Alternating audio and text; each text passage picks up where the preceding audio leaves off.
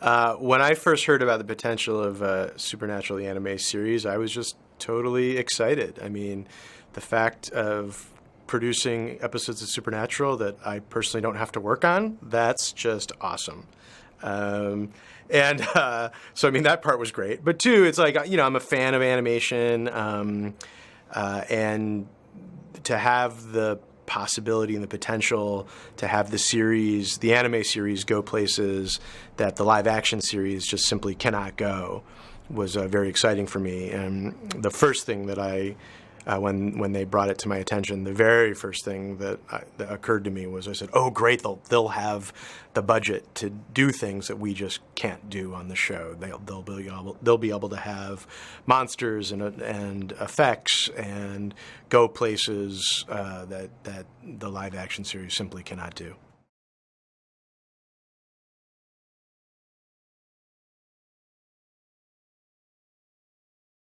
Oh yeah, when we announced, it's the fans, our Supernatural fans, who are a very loyal and hardcore bunch, found out about the anime. They knew about it. I don't quite know how, but they knew, and so they were asking questions about it at Comic-Con. And when I confirmed that yes, in fact, there is going to be a 22 episode Supernatural anime series, they just went nuts. I mean, the crowd was just roaring in approval, and then the very next question was, when can we get it? And my answer was, you can't. It's not being sold in the United States. And that was followed by all of these groans and cries of sadness. So I think that I think the American fans or the fans in the United States are just dying to see the Supernatural anime series.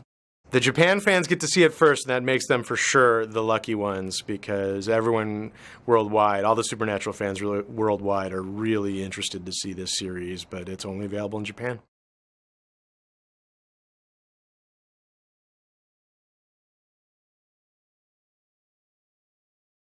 I love the animation on this show. So far, it's lived up to everything that I wanted it to be on the episodes that I've seen. Again, the things that I was really interested in were I wanted it to have. Let me phrase it a different way. When we're working on the show, we are in the live action version of Supernatural. We're so restrained at every point with the limitations of our budget. If we were a $100 million movie, we could do all the things that are in our heads in the writer's room. But we can't. So when we talk about having a car crash, it always ends up being an off-camera car crash. When we talk about having a huge monster, it ends up just being a human being with black eyes. We just simply can't mount the level of scope that the actual world of Supernatural has. It's this big world of angels and demons and monsters, and we just can only give a very limited snapshot of that because of the realities of television budgets. The animation series can go anywhere, and so the ones that I saw, I was so impressed of how they were able to realize the imagination of how big the show can be. Like in one of the episodes I saw, they had a action fight scene take place underwater. It's like right away, that is something we cannot mount. We do not have the ability to do it. It's just too difficult. And I literally once had a scene. We wrote a scene where it was going to be a woman drowns in her shower, that the shower fills with water all the way up, and it literally became somebody drowning in their sink. And the animation series has a fight scene underwater, and so that's just sweet. And then there was another one where Sam is shooting. He's in the middle of traffic as traffic is whizzing by him, and he shoots a bullet through the Impala. And again, just a stunt that we would never be able to accomplish. So that was really impressive to me. But there's also sort of there's kind of, which I think is a testament to the guys at Madhouse for making it. Like, there's a lyricism, there's some beauty to what they're doing.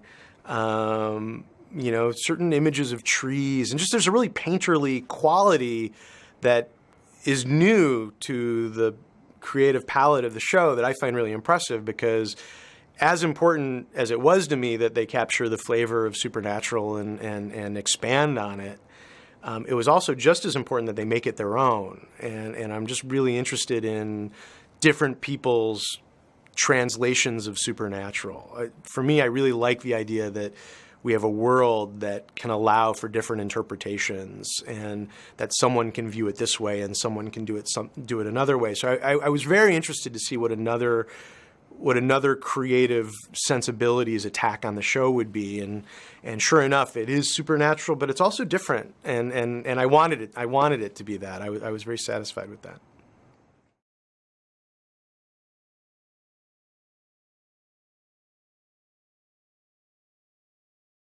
Um, hmm. Really like all the stuff that everyone says. I like Akira. I like Ghost in the Shell. I don't have like any like really off the beaten track anime taste, so just kind of all the mainstream stuff.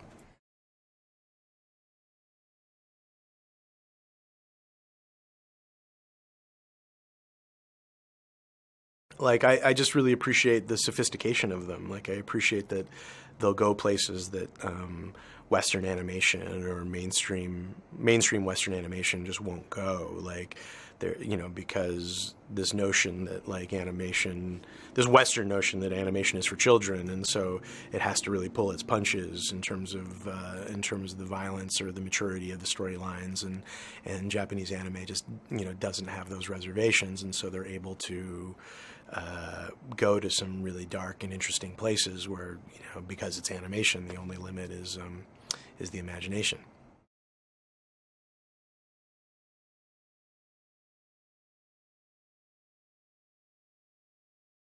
I think for the same reason that I think there is a growing audience that people just like good stories, and that there's an appetite for stories that have maturity and edge and are just kind of not sanded down, mainstream, down the middle softball pitches, but things that are challenging and difficult and sometimes violent, and I think there's a market for that isn't being.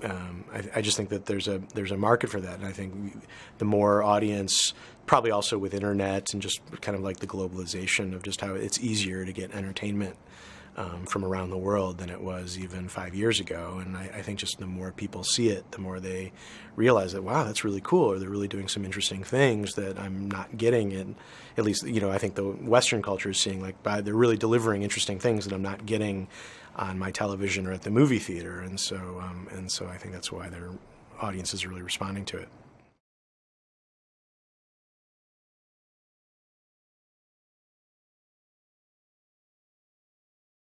Oh yeah, no. I think they've done a pretty good job from what I've seen of the scripts on the anime series. I think they've done a pretty good job of letting it live as its own self-enclosed storylines, so that had you not seen the live action version, you could watch the anime season and have it be its own satisfying story of these two characters named Sam and Dean, who are hunting demons and have chainsaws in the trunk of their muscle car, and.